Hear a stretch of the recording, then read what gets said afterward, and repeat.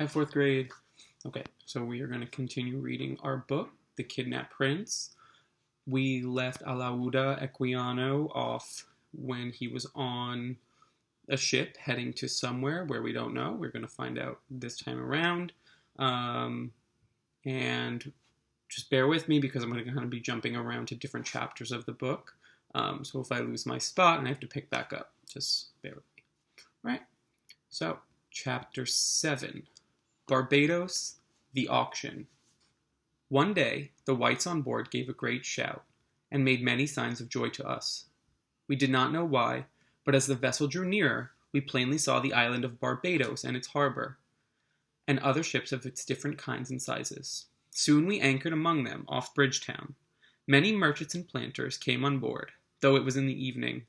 They put us in separate groups and examined us and made us jump. They pointed to the land, signifying we were to go there. We thought these ugly men meant they were going to beat us soon. Then we were all put down under the deck again. There was much dread and trembling among us, and nothing but bitter cries to be heard all night. At last the crew who heard us got some old slaves from the land to claim us. They told us no one was going to eat us, we were going to work, soon we would go on land and see many of our country people. This report relieved us, and we could sleep. And sure enough, not long after we landed, Africans of all languages came to talk to us. Right away, we were taken to a merchant's yard, where we were all penned up together like many sheep. When I looked out at the town, everything was new to me. The houses were built with bricks, in stories, and were completely different from any I had seen in Africa. I was still more astonished at the people on horseback.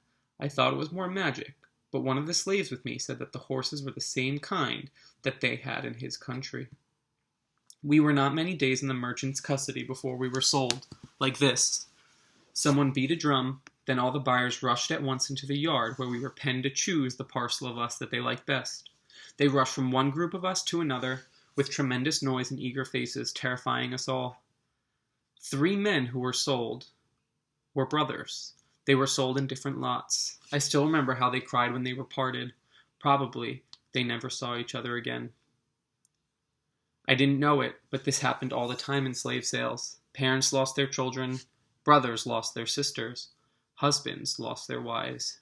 We had already lost our homes, our countries, and almost everyone we loved. The people who did the selling and buying could have done it without separating us from our very last relatives and friends. They already could live in riches from our misery and toil. What possible advantage did they gain from this refinement of cruelty? But they practiced it, and they went to church on Sunday and said that they were Christian.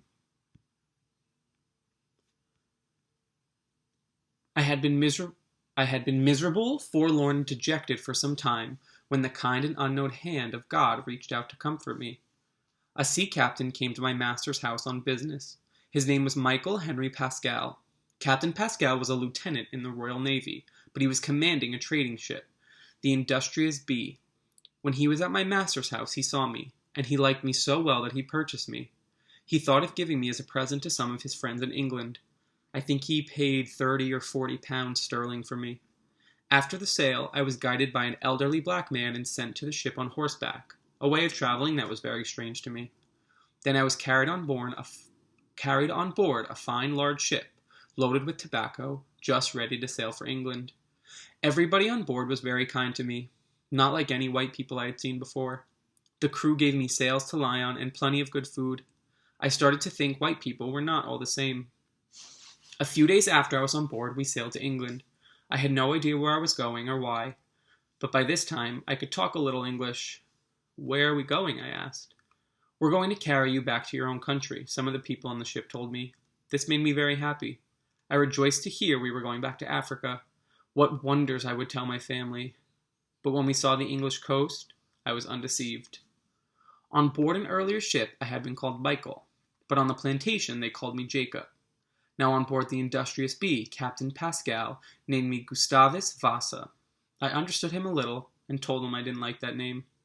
"I want to be called Jacob," I asked. He said no, and he still called me Gustavus. At first I refused to answer to my new name, but he cuffed me for it. Finally I gave up. I have been known as Gustavus Vasa ever since. The ship had a very long passage, and we ran short of food. "We're going to kill and eat you," the captain and crew told me. They were joking, but I thought they were serious, and I got very depressed. While I was worrying about it, they caught a big shark and pulled on board. I was very happy. They could eat it instead of me. But they only cut a small piece off the tail when they threw the rest of the shark over the side. All my worries came back to me. There was a boy named Rich on board the ship, who was about 4 or 5 years older than me. He had never been at sea before. His full name was Richard Baker, and he was an American. He had received an excellent education and was very friendly. We became inseparable, and for the next 2 years he was my friend and teacher. His family owned many slaves, but he had a mind above prejudice. He was not afraid to be the friend of someone who was ignorant, a stranger, and a slave.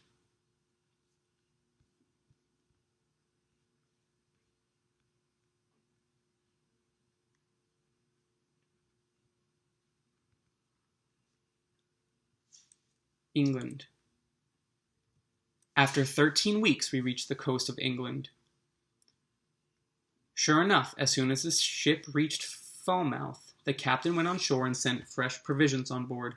We made good use of them, and our famine turned to feasting. Almost every day, something new surprised me. One morning, when I got up on deck, I saw it all covered over with white stuff. I ran down to the mate and told him, as well as I could, to come and see how somebody in the night had thrown salt all over the deck. "Bring some of it down to me," he said. I gathered a handful. It was very cold, and brought it to him. "Taste it," he said. I did, and I was amazed. "It's snow," he said, but I couldn't understand him. He asked me if we had snow in my country, and I said no. I asked him who made it.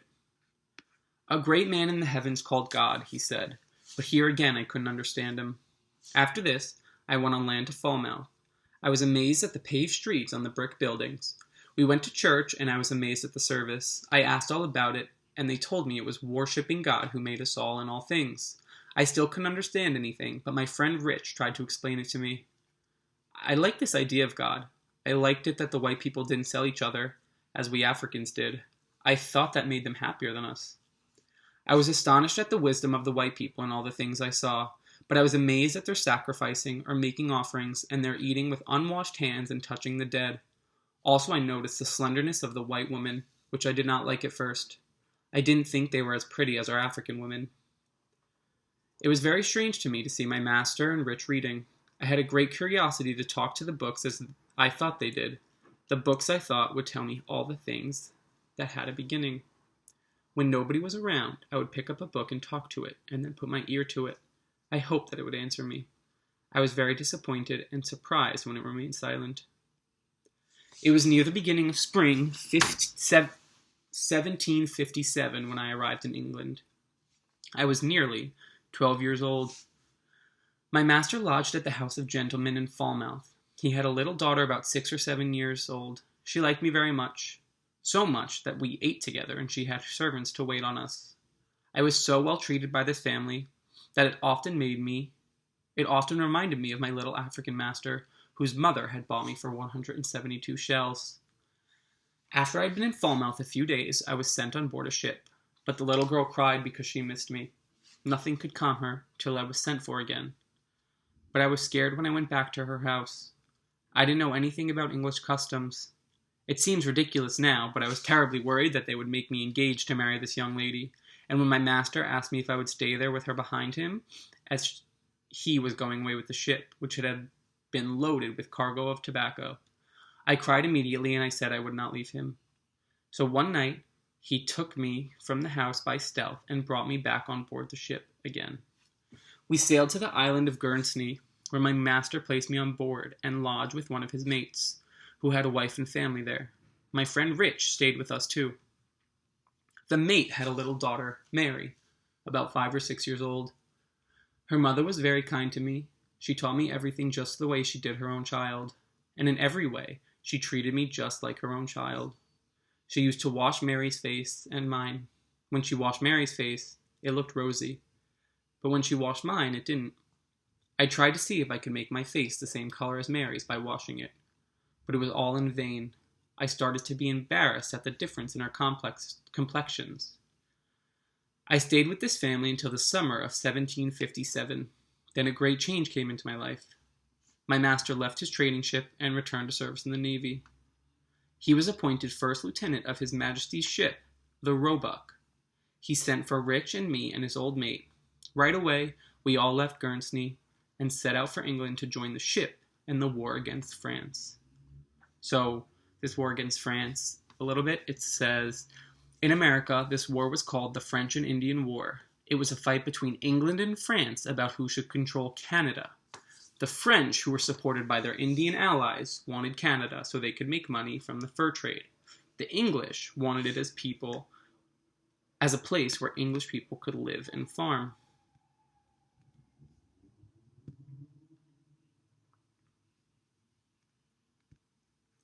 To war. The Roebuck was a huge ship filled with men and guns, but I wasn't afraid the way I was when I first saw Europeans. The more I learned, the less I was surprised by them. Instead of being scared for a while, I went to the opposite extreme. I was fearless. I even began to long for a battle. There were a lot of boys my age on board the Roebuck. We were always together, and we spent a lot of our time playing. My griefs wore away, and I started enjoying myself. I had suffered a lot, but I was too young to be sad all the time. One day, we boys were called on the quarterdeck and made to fight each other.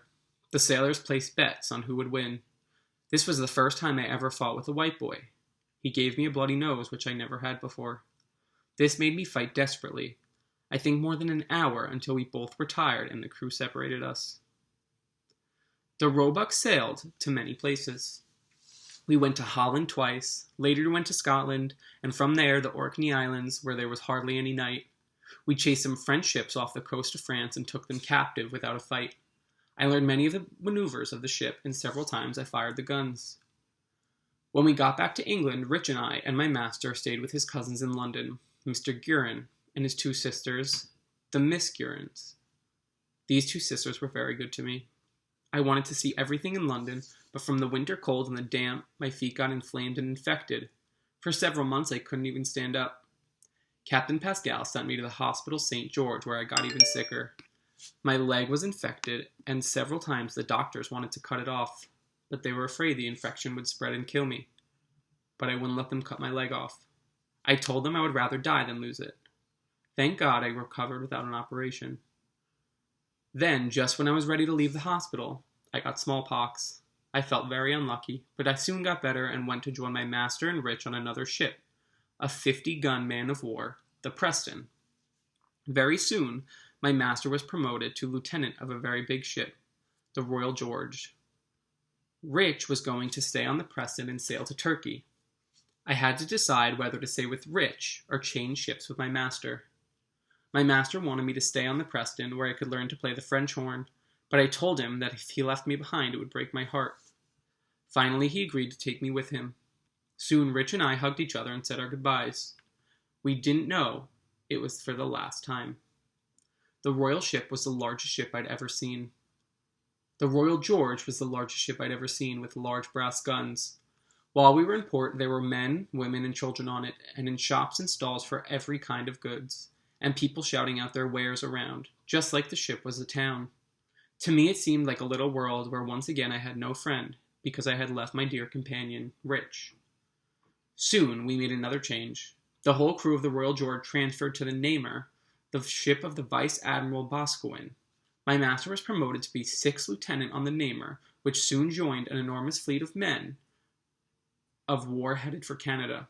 Contrary winds blew the whole fleet off course. Instead of getting to America, we were driven to the island of Tenerife, off the northwest coast of Africa.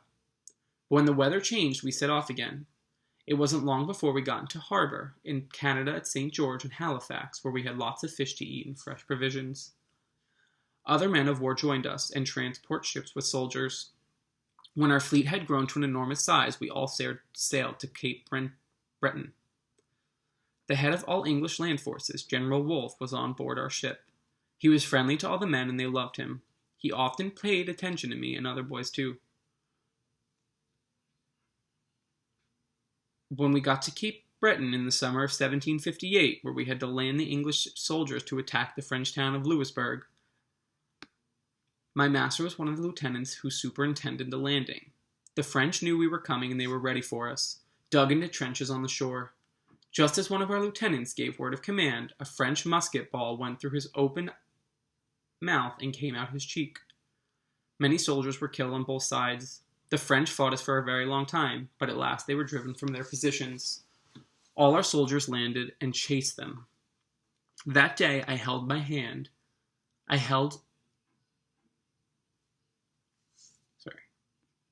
Our land forces laid siege to Louisbourg. The French men of war were blocked up in the harbor by our fleet, and batteries of our guns fired on them from the land. Some French ships were set on fire by shells from the batteries, and 3 of them burned up completely. About 50 boats belonging to the English men of war attacked the only 2 remaining French men of war in the harbor. They set fire to a 70-gun ship and captured one with 64 guns. At last, Louisbourg was taken. The English men of war came into the harbor, and we had the most beautiful procession on the water I had ever seen. Our ships were decorated with all kinds of colors, from the top gallant masthead to the deck. All the admirals and captains were in full dress uniform, and their barges were decorated with pennants. Vice Admiral Boscawen went on shore in his barge, followed by the other officers in order of seniority, and they took possession of the fort and the town. Some time after this, the French governor, his lady, and other important people came on board our ship to dine.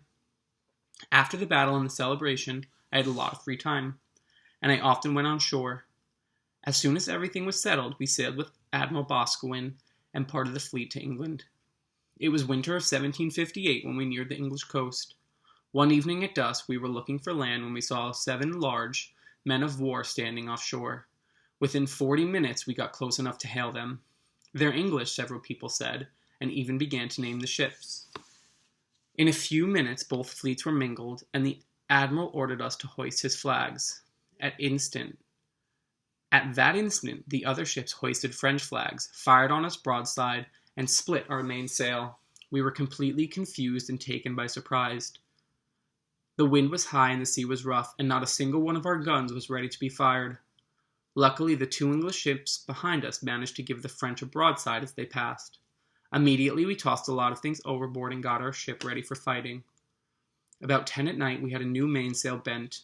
We wore ship and chased the French, even though they had 2 more ships than we did. All night and all the next day, we pursued them. But we captured only 1 old Indiaman. After that, we headed for the English Channel, and about the close of 1758, we got back safe to England. Adventures at Sea. It was now between 2 and 3 years from when I had first come to England. My master always treated me extremely well, and my attachment and gratitude to him were very great. I was used to being at sea, and I started to feel happy. I knew Englishmen were in spirits. I could speak English fairly well. I understood perfectly everything people said. I not only felt at ease with my new countrymen, I enjoyed them. I wanted to resemble them, to drink in their spirit and imitate their manners. I observed and learned everything I could. Every new thing I saw, I treasured up in memory. I never felt half the alarm with any of the numerous dangers I had been in, as I had in my first sight of the Europeans. That fear had been the effect of my ignorance. It wore away as I began to know them. Everything I had seen on shipboard had combined to make me fearless. I was, in that respect at least, almost an Englishman. For a long time I had wanted to learn to read to write, and had made very little progress. When we returned to England, I had my chance. My master had me lodge again with the 2 sisters, the Miss Gurins, and do small jobs for them. I attended the Miss Gurins on their trips around town. They made me very happy because I got to see many parts of London. But the best thing was, the Miss Gurins sent me to school. While I was staying with the Miss Gurins, their servant told me more about Christianity. These servants told me I couldn't go to heaven unless I was baptized. I believed in a future life, so this worried me. I told the elder Miss Guerin how I felt, and asked her if she could have seen me baptized. My master didn't want that, but she persuaded him to allow it. So in February 1759, with the elder Miss Guerin as my godmother, I was baptized in the St. Margaret's Church, Westminster, by the name of Gustavus Vasa, the name I have used ever since I was 14 years old. In April, the namer was ready to set for sea, and my master called me on board. I didn't want to go. I liked my teacher very much. I didn't want to leave London or school or the Miss Gurins, but I had to go. The Miscurians said goodbye to me and gave me lots of friendly advice and some valuable presents. The Namur sailed to Gibraltar with a large fleet. We got there in 11 days. While we were there, the Preston came in. My master said I soon should see my good friend Rich. When the Preston came in, they told us Rich was dead. The captain of the Preston gave me Master Rich's sea chest and all of his other things.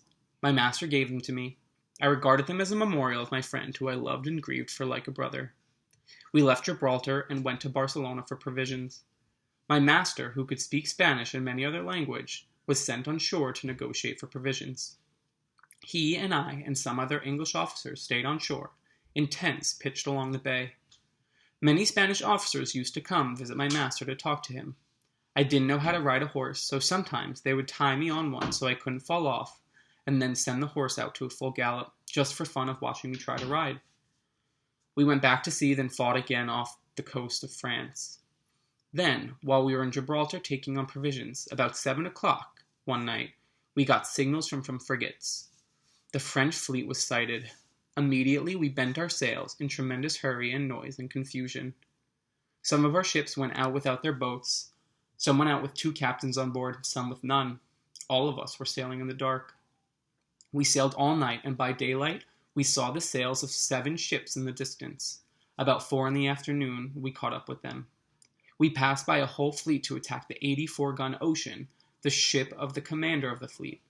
All the other French ships fired at us as we passed them, but our admiral made us lie flat on our bellies on the deck and save our fire for the Ocean. When we got quite close to her, all 3 tiers of our guns fired on her at once. The Ocean immediately returned our fire. The thunder of guns stunned me and burned many of my companions into eternity. My station during the engagement was on the middle deck, where I was posted with another boy to bring powder to the aftmost gun.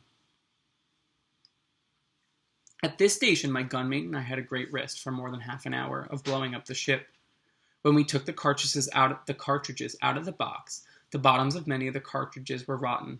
Gunpowder ran all over the deck, very near the match tub, and at the end we hardly had enough water to throw on it.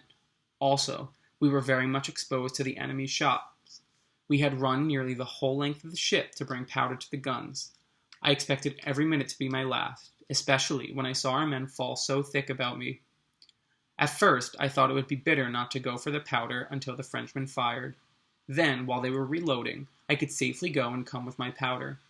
But right afterward, I thought this precaution was useless. I told myself there was a time set for me to die, as well as to be born. I cast off all the fear and thought of death, and performed all my duties as fast and well as I could. If I survived the battle, I thought, what stories I will have to tell the Miscurians. While I worked, I could see many of my companions dashed to pieces and launched into eternity. Shot and splinters flicked through about me. Toward the end of the battle, my master was wounded, and I saw him carried down to the surgeon. But though I was much alarmed for him and longed to help him, I dared not leave my post. At last the French line was broken. We took 3 prizes, and the rest of the French ships took flight. The Ocean and another ship, the Redoutable, tried to escape, but they ran aground at Cape Logas at the east coast of Portugal. The French admiral and some of the crew got ashore. We wanted to get the ships free and take them away as prizes, but we couldn't, so we set fire to them both. About midnight, I saw the Ocean blow up. For about a minute, the blaze turned the midnight sky into day, with a noise that seemed to tear the world apart. The Namur suffered greatly in battle. Besides the number of our killed and wounded, the ship itself was almost torn to pieces. All our masts were broken and hung over the side of the ship. We had to get many carpenters from the ships of the fleet to make ready to sail once more. Afterward, we left her admiral to command, and with the prizes, steered for England. When my master recovered from his wounds, Admiral Boscawen appointed him captain of the Etna fire ship. My master and I left the Namur and went on board the Etna at sea. I had a new job. Instead of being a powder boy, I was the captain's steward. I liked the Etna very much. I was extremely well treated by everyone on board. I had the chance to improve myself by reading and writing because the captain's clerk taught me. I had practiced my writing a little on the Namur too, because there was a school on board. The Etna joined a large fleet we thought was going to Cuba to attack Havana. But about the time the King of England died, I don't know if this was the reason or not, but the expedition was called off. Our ship was stationed at Cowes on the Isle of Wight till the beginning of the year 1761. I went all around the island while we were there, and the people were very polite. One day there, I was walking in a field when I saw a black boy about my size. He had seen me from his master's house, and he was running toward me. I had never seen him before, and I didn't know what he was doing. At first, I was a little afraid, and I tried to get out of his path, but I couldn't avoid him. He came on straight toward me and caught me, threw his arms around me if I had just been his brother. We became very good friends. I saw him often at his master's house until March 1761, when my master had orders to join an expedition against Belle Isle, when we went off again in the quest of fame.